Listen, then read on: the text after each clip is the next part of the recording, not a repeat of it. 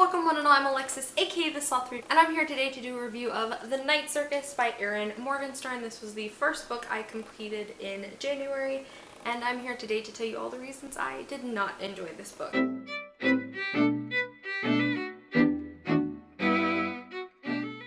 You guys know I wanted to do more reviews on my channel. That's a goal I set for myself every year, so here I am attempting to do said goal. I will probably only do reviews for books that I either A, got a review of, like a review copy for, or books that I have very strong either positive or negative feelings about. Unfortunately, in the case of The Night Circus, most of my feelings were quite negative. So, right off the bat, I have the very unpopular opinion when it comes to this book. Many people say this is their favorite book of all time, so if you are one of those people who really loved this book and you don't really want to watch somebody talk about all the reasons they didn't like it, I would not suggest that you watch this video because I have quite a few reasons that made this book a disappointment for me. So, let's just go ahead and get into it. First off, I want to mention that I read the first 100 pages physically and I found that I couldn't get through it that way, so I picked up the audiobook narrated by Jim Dale, which was a godsend because I honestly don't think I would have finished this book without it. But I would recommend his narration. I do think that he does a very good job kind of really helping to embellish the story a lot. So this is a story about this circus, Le Cirque de Rêve, and it is actually the dueling ground for a couple of magicians named Celia and Marco, who are dueling in this competition that they were chosen for when they were children. And so the circus is the backdrop for their competition. And so in this book you get to see Celia and Marco and their story and how they come to be with the circus. You also get to see a lot about the inner workings of the circus, and you also get to follow a couple of other little side storylines throughout that kind of all come to a point at the end of this book. This book is very much known for its purpley prose, its flowery writing, and a lot of other people say that it's very, very atmospheric, it's very, very captivating. I will get to why I disagree with those points in a couple of seconds, but that is what a lot of people say about this book. So if that is something that sounds like you would be interested in it, go ahead. I am just gonna give you guys my reasons that I didn't enjoy this book. So the first reason I didn't really enjoy this book is because this book actually spans quite a long period of time, probably 15 to 20 years over the course of this entire book. So the reason that's an issue for me is because the text doesn't actually do a very good job of telling you when time is passing. There will be chapters that take place like 4 years after the chapter before it, but the text actually doesn't ever say that. It doesn't say, oh, well, in those 4 years, blah, blah, blah, blah, blah. The only indication you really get of a passage of time is there are dates put into the chapter header.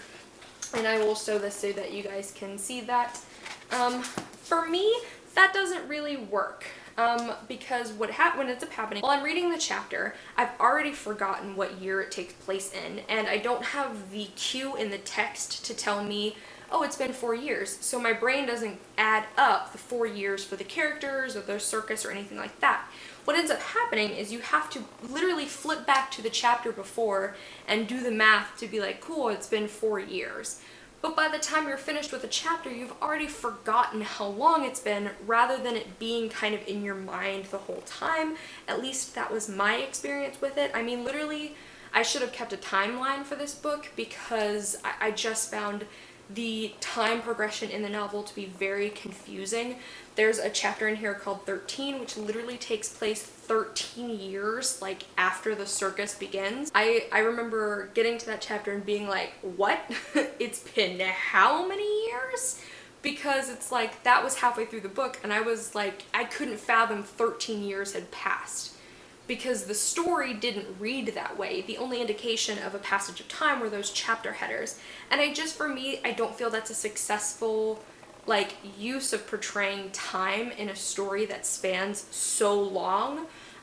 So that was my first kind of big issue I had with the story, was just that I honestly found the timeline very, very confusing in how it was portrayed. I wish I could have gotten more cues within the actual text, in the actual chapters, that were like, it's been 6 months since such and such happened. Like, I just feel like I would have been able to follow along a lot better with that if my brain was already working that into the story, instead of me being like, this takes place in 1892, flip, flip, flip, the previous chapter took place in 1885, that kind of thing. Like, that was just a little too tedious for me to be able to keep up with the storyline for this. The next fact I want to mention is my issues with the writing. Now, again, to be upfront with you guys, I'm not somebody who typically likes flowery writing. I don't really like purple prose. This book very much falls under that category, but the reason that I typically don't like purple prose, because what I find ends up happening is the author uses the flowery language to just describe things that don't matter. There are at least 10 pages in this book purely spent on describing food, what food looks like, where the food came from, how it was prepared, and that to me is superfluous. It doesn't add anything to the story. It's honestly just there to take up space. You know, when I leave that chapter, I'm not going, oh, that food, man, that food. I'm leaving the chapter, you know, thinking what the characters discussed over dinner. So that's my problem with purple prose usually in general, is that ends up happening. In this book, it was the case definitely where I felt like, honestly, reading the prose in this book was a lot like walking through mud. I felt like I was reading and getting nowhere because I was reading these chapters of descriptions that didn't matter. And the author spends so much time describing the circus and the theme, everything's black, white, you know, or silver, and the different tents and everything, which I can see where other people would really like that because it probably helps them get immersed in the story. I kind of just, again, felt it was really unnecessary. The first time she described the circus, I got enough of a hint and enough of a notion to know what the circus looked like. And to be honest, in this day and age, it's not like this circus description is anything I've never really seen before. I mean, I literally kept reading this book and being like, cool, just imagining like a Cirque du Soleil show. And like, I honestly would just say that that's pretty much what it is. There was so much of this book that was spent describing things that just don't matter. They don't really add anything to the context of the story. They don't add anything to the plot. And so for me, that was very frustrating because I just wanted to read the book. I didn't want to read 100 descriptions of what the circus tents looked like. So for me, that was a problem. I understand that that's not going to be a problem for everybody, but it was definitely a problem for me. The next point I want to mention is that there really is no explanation for the magic or for the competition in this book. And I acknowledge that this book is not a fantasy book, it is a literary fiction book, but I just found myself wanting to know more about the magic and how the magic worked in this story, and I also found myself wanting to know more about the competition that Celia and Marco are a part of, and the rules of this competition, and, you know, how a winner was to be decided and everything, and I don't feel like any of that was really explained. We got a sentence or two here in the last 40 pages that describe like how the winner is chosen, but for the majority of this book, every time one of the characters asks a question about the competition, they're just told, you don't need to know, you don't need to know. And for me, that was really frustrating because that was the most interesting part of this entire thing, was seeing Celia and Marco duke it out in this competition, but like the magic is never really explained. It's just like someone set something on fire, magic, and it's like and there's a character who does a couple of spells kind of in this story, and it's never really, I don't feel like it was ever really explained like what she did with these spells. It was just like, oh, she cast these spells and they did this thing. I don't know, it was, I guess it's like I would prefer more of a formula of like how the magic works, and that's not what I felt I was given in this story. On top of that, I just found the competition aspect of the story very lackluster. I was expecting to see Celia and Marco really battle it out with magic, not necessarily fighting, but really, you know, trying to one-up each other with magic. And I feel like I can only call to mind 2 or 3 times they really use their magic in this competition setting. The rest of their magic was reserved for Celia changing the color of her dresses and Marco using an umbrella that protected him from getting wet in the rain. The magical competition, the part of this book that I was the most excited for, just ended up being really disappointing and honestly boring for me. I mean, I found most of this book to be vastly boring. I found the competition and the magic to be really underwhelming and not explained at all.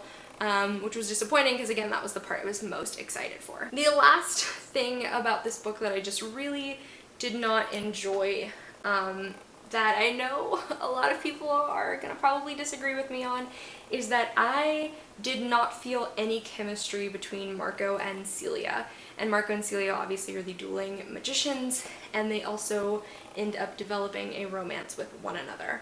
And I felt zero chemistry between them. At no point in the story while I was listening to it was I like rooting for them as a couple.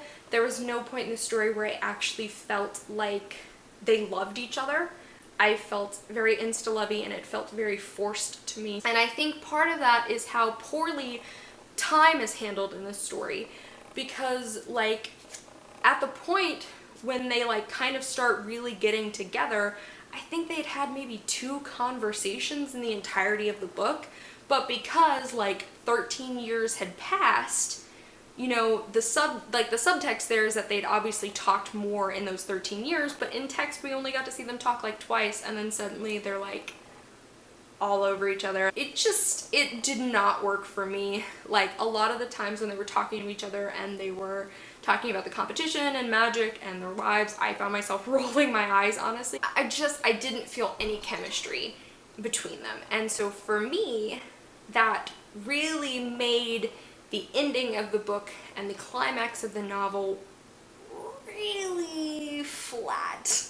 Because I think to really appreciate and enjoy the climax of the story, you have to be invested in Celia and Marco's romance, and I just wasn't. Now I will say, I did like Bailey's storyline. There's a side character named Bailey that you follow, and you kind of follow him when he's a young boy and later when he's a teenager discovering the circus, and he talks a lot about his family life and how he kind of gets involved in the circus. And I actually really enjoyed his storyline. I found his character a lot more endearing than any of the other characters, to be honest.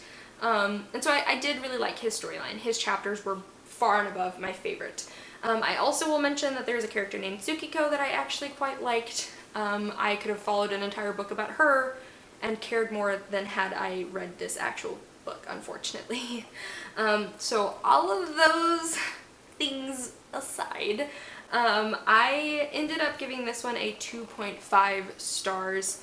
This was not a book that worked for me. I acknowledge that a lot of people love it, and I think a lot of my issues that I have with it could be personal and subjective issues. Like with the writing, you know, I feel like a lot of people do like purpley prose, and if you do, this could be a book for you. This just was a real disappointment for me, personally. Alrighty guys, so that was my review of The Night Circus by Erin Morgenstern, a very, very well-beloved book that I have an unfortunately unpopular opinion about. If you guys follow me on Goodreads at all, if you ever see me read a book and you would like to see me do a review on it, please let me know that either in my comments on here or on Goodreads or on Twitter. Or on Instagram even. You know, let me know like what books you're interested to hear my thoughts on, that kind of thing, because I do want to do more reviews in the future. It's a goal I set for myself. It's something I want to make myself more comfortable with. So this is just the first in hopefully a string of reviews. Alrighty guys, if you like what I do, I upload videos on Monday, Wednesdays, and Fridays, and I'll see you guys soon with another video. Bye!